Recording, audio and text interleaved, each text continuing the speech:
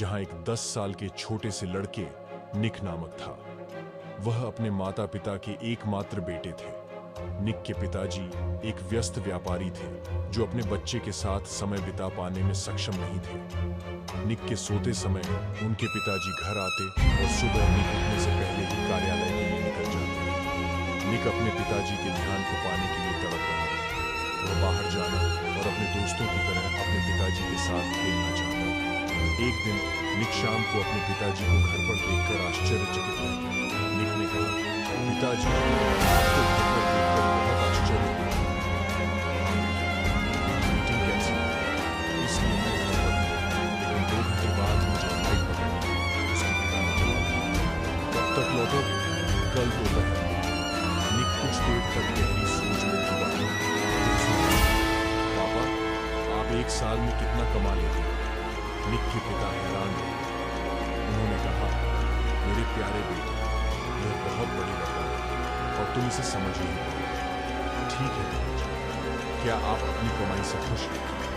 हाँ मेरे पिता, मैं बहुत खुश हूँ और वास्तव में मैं कुछ महीनों में अपनी नई शाखा और एक नया व्यवसाय शुरू करने की योजना बना रहा हूँ। क्या यह बढ़िया नहीं है? हाँ पिताजी, मुझे यह सुनकर खुशी हुई। क्या मैं आपसे एक और प्रश्न पूछ सकता हूँ? हाँ दोस्त। पिताजी, क्या आप मुझे बता सकते हैं कि आप एक दिन या आधे दिन में कितना कमाते हैं? निक, तुम ये सवाल क्यों पूछ रहे हो? निक के पिता हैरान थे, लेकिन निक दृढ़ थे।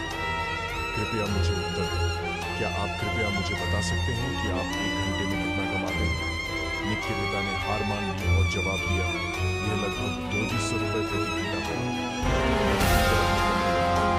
और अपना गुल्लक जिसमें उसकी बचत थी, पिताजी, मेरे गुल्लक में 5000 रुपए हैं। क्या आप मेरे लिए 2 घंटे निकाल सकेंगे?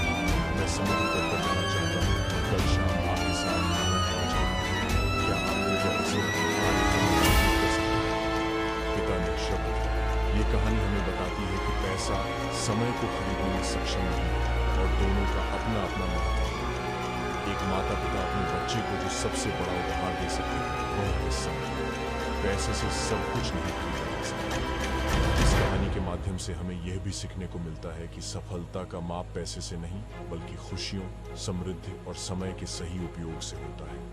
निक ने अपने छोटे से गुल्लक में जमा की गई बचत के माध्यम से यह बताया कि छोटी सी मेहनत से भी हम किसी भी समय मुश्किल का सामना कर सकते हैं और अपने लक्ष्यों की प्राप्ति के लिए समर्पित रह सकते हैं।